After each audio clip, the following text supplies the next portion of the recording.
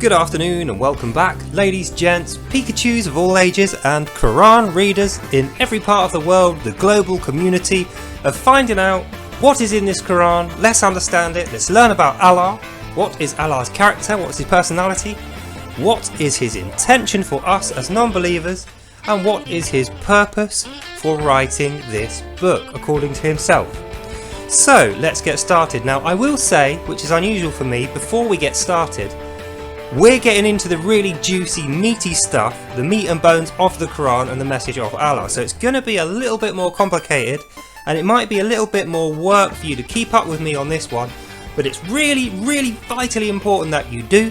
So what I would say to you is, if I start talking a bit fast, if there's too much information for you and you start fuzzing out, pause the video, rewind it 20 seconds, listen to it again. If you want to know the message of Allah and how that's going to affect you in your life and me in the world today, I guarantee you, you will not be disappointed for putting that extra 20 seconds in and understanding what the hell I'm going on about. So with that said, let's go back to where we left off yesterday. And where we left off yesterday is the Israelites have now left Egypt. Moses has led the Israelites out of Egypt, across the sea, to the desert, and they're just about to set up Israel, having done their little sacrifice, aided, in the words of Allah, by Allah himself. So, that's where we got up to. Let's figure out what happens next. And I have to say, for you to understand this, the last thing that happened was Moses was doing the sacrifice with the Israelites. They couldn't figure it out because obviously they're dumb, stupid Jews and they don't know how to do anything simple. They can't even kill one animal and sacrifice one animal to their God who just saved them. So what do? They pray to Allah to help them do a sacrifice for their God. I'm not making this up, ladies and gents. It's fucking well in there. So read it if you don't believe me. But if you stay with me, I'll make you understand it. So let's get cracking. 50. Remember, he's saying you remember now, even though you weren't there to witness this. He's kind of assuming that you will believe that you were there and you will remember this as if it's real. Trickery. Remember, and he is Allah. Remember, you murdered a guy and started arguing about it and tried to hide it. Only through Allah's mercy did you get away with the crime of murder. You tried to hide it from Allah and it didn't work. So we start off with a good, difficult but meaty one. Let's go through this and break it down. Allah is saying to you, the reader, remember, because you weren't there and you didn't actually see it, so you don't know this is true. The reason he's saying remember this happened, he's saying remember something that happened in an earlier book which is not this, and it definitely happened because Allah is saying it. And as we know, everything Allah says is 100% true, and if you argue with it, off with your head, you're dead. So remember, you, being Moses, you murdered a guy, tried to hide it, started arguing with your people, and the only reason you got away with it, you weren't arrested and killed, is because Allah's grace and mercy was there to pardon you. So you got away with it because of Allah's grace and mercy. Even though you tried to hide it, you dumb, stupid, evil Jew, right? So that's the breakdown of this, is now Allah's gone forward in time to speak to you about a past event that you didn't witness, but anyway, tell you to remember it as if you were there. And the event he wants you to remember, even though you didn't see it, is that Moses killed a guy, caused an argument within his own tribe, tried to hide it, caused a lot of trouble, and didn't get away with it. And the only reason that the only reason that Moses at the time got away with it and didn't get killed is because Allah's grace and mercy was there to let him go, and he got pardoned, even though he tried to hide it. And the reason we know this is because now that Moses has left, despite previously Allah claimed that Moses was a Muslim, all the miracles that Moses did was due to Allah. Even when he led the Israelites out and Allah couldn't kill them, that was all Moses doing it through Allah. That's what Allah was claiming. So now I think Allah has realized Moses, the Muslim, according to this of course, Moses is not coming back. If you're mind controlling Moses at this point, Allah, you're not doing a very good job of it, because you've mind controlled him in the opposite direction to go and set up Israel with the nasty, dirty, evil, stupid apes that are filthy Jews, in your own words, Allah, in here. So you're not doing a very good job of it. And also, now that they've done that, you want to wreck Moses so he has a bad reputation because he's no longer with you and he ain't coming back. So how do you wreck Moses' reputation, Allah, you say, remember guys, he killed someone. Then he tried to hide it. He caused an argument with his tribe where they're trying to do a sacrifice to their God and I'm trying to help them, but he's killing people while this is happening. And he tried to hide it, but he couldn't because I knew, I being Allah in the story, and the only reason he wasn't punished is because Allah's grace and mercy saved him from the punishment. But we all know he did it. That's the subtext here. So like I say, it's getting a bit complicated, but just so you can keep up, Allah is saying after they've gone into the desert to do the sacrifice to build Israel against Allah's wishes, because remember he wanted them dead, he didn't want them to leave, he wanted them to be slaves, then he wanted them to join Islam, and he said anyone who knows about Islam and still refuses to worship and join, whoosh, off with their head, they're dead. But that didn't happen.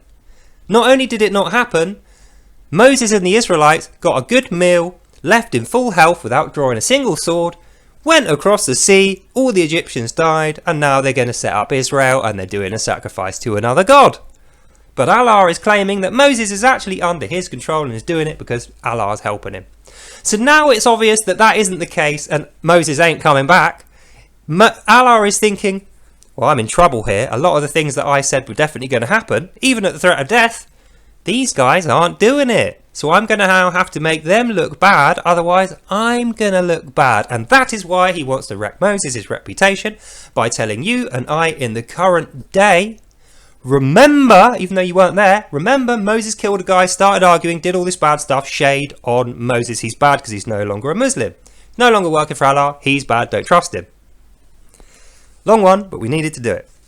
51. We said, whack the corpse of the dead guy with a piece of your holy cow, and he shall live again as a sign of Allah doing his miracles, like he always does. And if you remember in the past verses, if you were there and you saw those, the Israelites all got killed by some random god in the clouds who appeared, killed them with lightning bolts. And then Allah in his mercy and grace revived them. So this is saying Allah does that. He revives people all the time. It definitely happened before. He definitely did it. And the proof is he did it here for Moses. But he's actually forgotten that a minute ago he was saying we should throw shade on Moses because he's a murderer. So straight away in the first two verses we've got a dichotomy. Do we believe line 1 in which Allah is saying don't trust Moses because he killed a guy? Or do we believe line 2 in which Allah says Moses didn't kill the guy because he got revived by getting whacked with a piece of ritual cow? Which one do we believe? The point is Allah is making all the bets he can in the hope that one of them comes out as being right. And then he can slyly forget about the other ones and say, I knew the future. Remember that. Allah's claiming to know the future, claiming to know your thoughts, but he's having to make an awful lot of bets in order to later say, well, I got that one right. Keep that in mind. 52. After that, you became heartless and without pity, not in courage or stoicism either. You sneaky Jews, you failed to hide it from Allah. He sees your thoughts, he sees all. Now, this is one of my favourite bits, I've got to say, so I'm looking forward to breaking this one down, which we'll do now. After that, you became heartless and without pity. After Moses killed the guy and you were all arguing about it, and nobody got punished for it because Allah's grace and mercy pardoned Moses, despite the fact that he did kill someone, and it didn't matter anyway because Allah rose the guy up after Moses whacked him with a piece of ritual cow. So he died, he got revived, he went away, so he's not there anymore, so he is actually dead, but he got revived, and it's okay because Moses got pardoned. But after he got pardoned, after Allah did him the grace and mercy thing, he became heartless and evil because he's a bad, nasty, naughty Jew. How do we know this? Because it carries on. After you became heartless and without pity, it wasn't in courage or stoicism either, so it's very specific. You're not being heartless in death because you're a soldier and it's your job. You're not being stoic and killing someone in self-defense. No, you're becoming heartless and without pity because you're a sneaky Jew and you failed to hide this from Allah. He knew you were going to do it. He saw your thoughts and he saw you do it. You busted. So, in recap, line 1, Moses is bad because he killed a guy, tried to hide it. Line 2, it's okay, we pardoned him, we rose the guy up from the dead and he disappeared. Line 3, but Allah saw all of this, so Moses is actually bad. See what he's doing here? He doesn't actually know what's happened to Moses and this guy. He's just heard a rumour, And he's writing this with all eventualities covered like a bad gambler. So line 1, he said, remember that Moses killed the guy. It's probably what happened. So he's bad.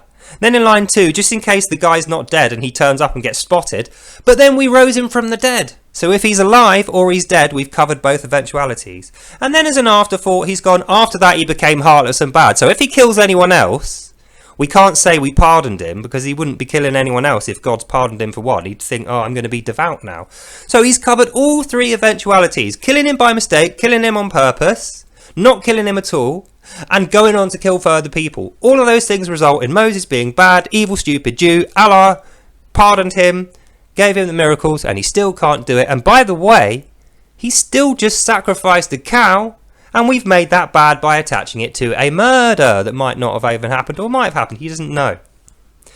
As I said, it's very complicated, but if you keep up, what Allah is clearly doing here is making sure, even though he doesn't know what is happening in the future, whatever is likely to happen, 4 eventualities are now covered. He could say he saw it coming and it was his plan.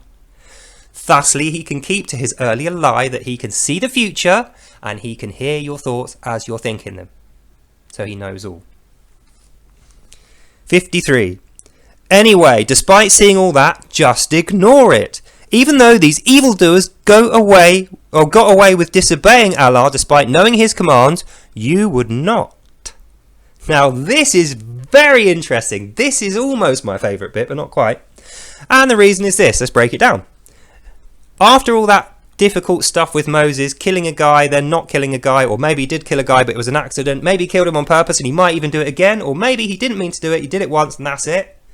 Covering that with all the different bets now, because that was such a pig to get through and so confusing, and you probably fuzzed out trying to understand it, Allah is smart enough to know that. So what's the first thing he says next? Anyway, despite seeing all that, just ignore it. Nothing to see here. He knows you're confused and you're going to have tons of questions about that. And most of those questions are going to result in you going, wait a minute, this guy's full of shit. Like none of this, he's talking rubbish.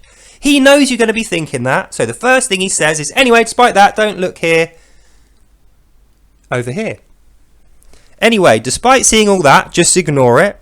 Even though those evildoers got away with disobeying Allah despite knowing his commands, you would not. So the second part of this is to say to you, even though I said I would kill these guys for doing what they did, and they didn't die, even though I said no one ever gets away from me and they got away, even though I said Moses is my prophet, Allah is saying Moses is my prophet and he follows my commands and the only ways he does miracles is through me, he's managed to not die, take the Israelites out of Egypt, set up Israel over there, and now they're doing a sacrifice to another god.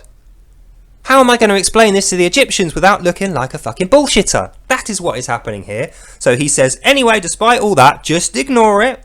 Even though the evildoers got away with it, he's talking about Moses and the nasty, naughty Jews, the Israelis. Even though they got away with it, Allah knows. So despite knowing his commands and them getting away with it, because he should kill them for disobeying his commands that he knows, they're getting away with it, you wouldn't.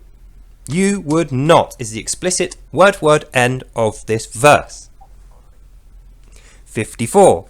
Obviously, Moses and his Israelites secretly must be worshipping Allah anyway. Even though they pretend to want away and argued against Allah in public, they're clearly secretly worshipping him.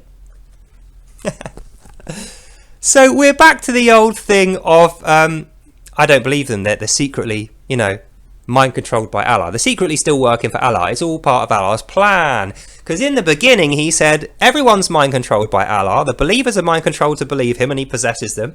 The unbelievers are tricked into doing what he wants even though they're non-believers. They're only non-believers because Allah wants them to be, and he deceives them out of anything that they would freely want to do into his plan.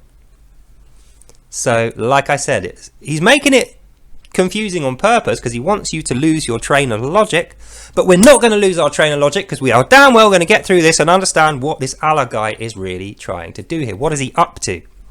So we know anyway, despite seeing all that, just ignore it in the last verse, he's trying to hand wave the whole load of stuff that he got wrong just then, made 4 different bets for 4 different eventualities so he can later on say, you see, I told you I knew everything. And now he's saying, well, obviously, like he doesn't know, but we have to assume because it's Allah and he's always right. obviously Moses and his Israelites are secretly worshipping Allah, even though they pretend to want away, even though they've actually gone away, even though they're over there sacrificing, worshipping another god, just about to set up Israel, the enemies that should have died a minute ago but just managed to escape somehow. This is Allah going, I'm going to be busted here. I need to make some excuses because I just said to the Egyptians, all this stuff's going to happen and I've ordained it. I'm God, they're full of shit. None of it happened. And not only did none of it happen, the opposite happened. Moses was right about everything he said, and the Israelites are now over there making their own town, full bellies, doing a sacrifice to the God that doesn't exist, who just saved them.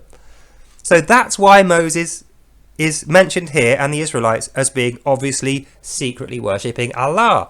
Because if that's happening, even though Allah has said they can't do that and they'll die, they're doing it anyway.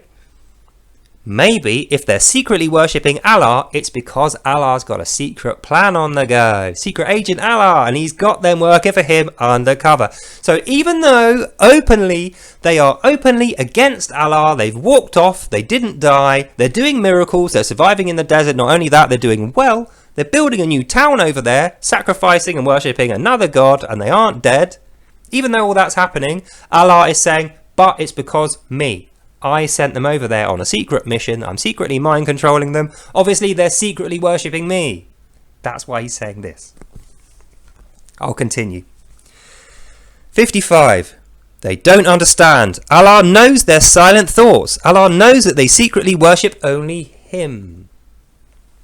So, hope you're keeping up here, guys. So, what he's saying here is they don't understand what's going on. Even though they're claiming that they don't worship Allah and that Allah isn't the person to worship, even though they're claiming they've left and they're rejoicing and cheering themselves on because their God has saved them, they're really pleased they've got a leader like Moses who can do miracles, by the way, like getting water out the desert, avoiding death and slavery in Egypt, despite Allah being right there.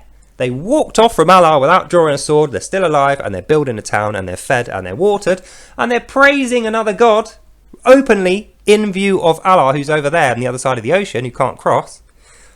Even though that's all happening, they just don't understand. This is all part of Allah's plan. They think they're doing it for themselves. They think they're worshipping this God for themselves. No, it's all part of Allah's plan. He's too smart for these guys. That's what he's saying.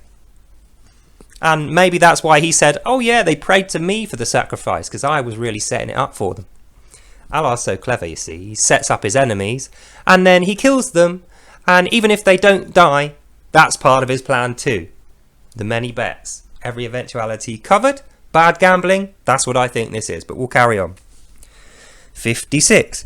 Most of them who claim they know the book are actually just illiterates who are talking absolute rubbish and just want to get attention by mentioning my marvellous book, says Allah. This is great, isn't it? So, if you're keeping up, what you will notice is what he has said there is most of them, just in case some of them get it right and actually say things that Allah likes, he doesn't want to say all of them. Most of these Israelis, most of the Israelites are who claim to know the book, you know, they claim to know what they're talking about when it comes to sacrifice, religion, gods, Allah and everything else. Most of them are actually illiterates. Just talking rubbish because they desire the wisdom of the book that Allah wrote, the Quran. Oh, this involves me, actually. This is very personal to me, isn't it? So, when we break that down, most of them who claim they know the book are actually illiterate. So what he's saying is, if anyone starts talking about Allah and doesn't actually agree with what's in here, the probability is that they not only haven't read it, but they cannot read at all. And they are just going, listen to me, guys, I want your attention for the sake of attention. I'm definitely not trying to share some truth with you and dispel the misconceptions and lies written in here by Allah. No, they're just illiterates looking for attention. Don't listen to them. The same with Moses, right? And that last bit as well. They're just trying to get attention because they desire the wisdom of Allah, the attention that Allah should be getting. They're getting it, so he's kind of jealous. He's like, what? Don't give them attention just because they're talking about my book. It's me. Talk about me. So you kind of see a little tinge of jealousy there. But anyway, we'll carry on. 57. Woe to them who talk about this book but do not even believe it as truth. Woe to them who read it and say, well, this is literally what it says in your book, mate. Woe to them who believe it. Death to them all. And that's the last bit. So let's break that down on its own and then we'll go through the summary. So what he's saying here, woe to them who talk about this book but do not even believe it as truth. That's me in the current day talking to you about what's in here and throwing shade on it and saying, hang on a minute, this doesn't add up. There's a lot of questions that go unanswered and a lot of loose ends that don't make any fucking sense. So that's why we're going through it now. We're talking about this. But what he's saying here to me in front of you, because you're reading it, woe to them who talk about this book but do not even believe it as the truth. So he's not even throwing shade on me for any particular reason. He's not even saying I'm an illiterate or I'm stupid or I'm an evil nasty Jew, because he doesn't know. I might not be. I might be a Muslim who's left. I might be someone completely new. What he's saying is anyone who talks about this book but doesn't first believe it, woe to them. Doesn't even say why. He just says, well, kill those guys. That's what woe means. It means, woe, we're going to go for these guys. Then the second bit goes, woe to them who read it and say, but this is literally what it says in the book, mate. Again, me.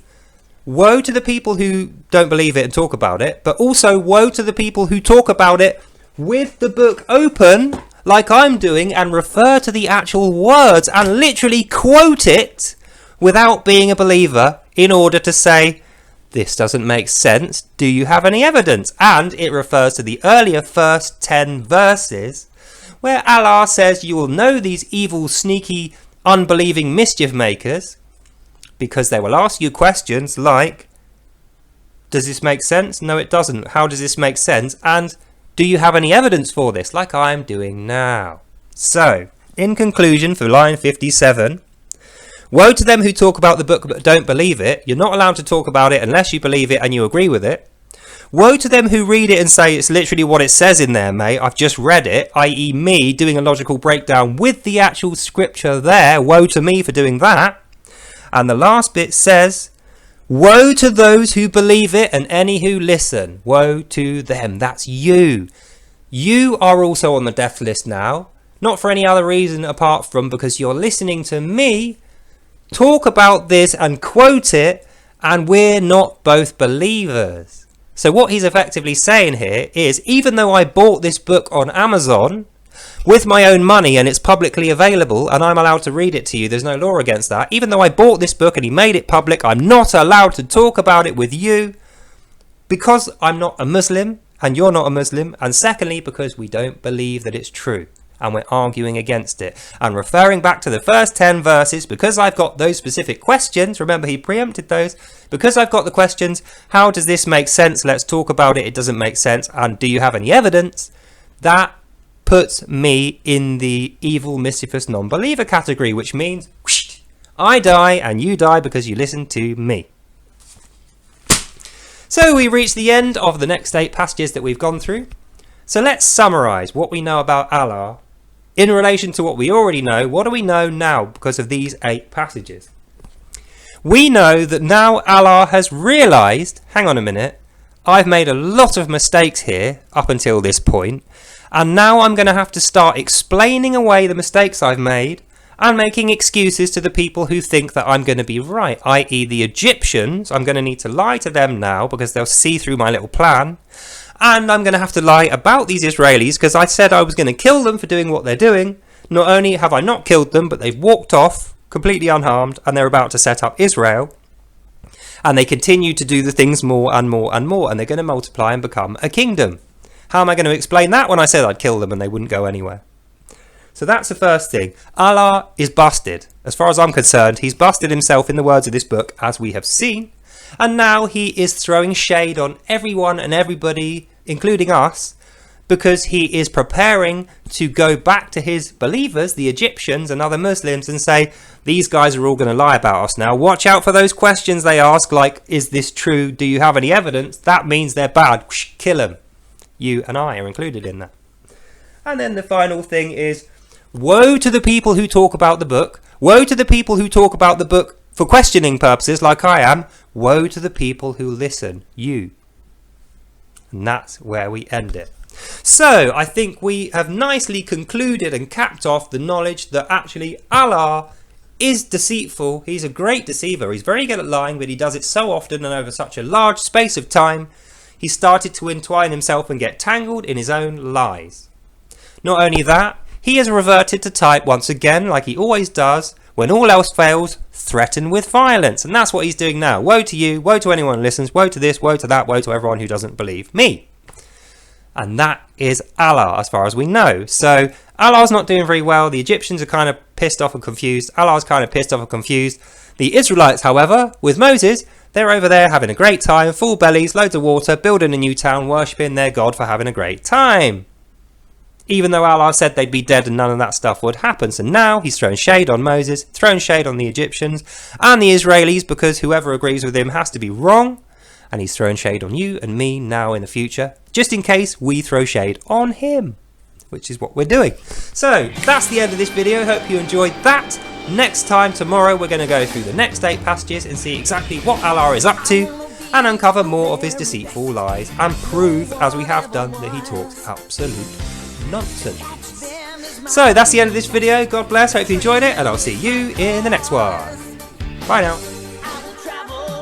All this logical thinking's making me really hungry. I'm going to go and smash out a bacon sarnie, and I hope you do too. So catch up with you tomorrow. Take care, God bless, and I'll see you next time.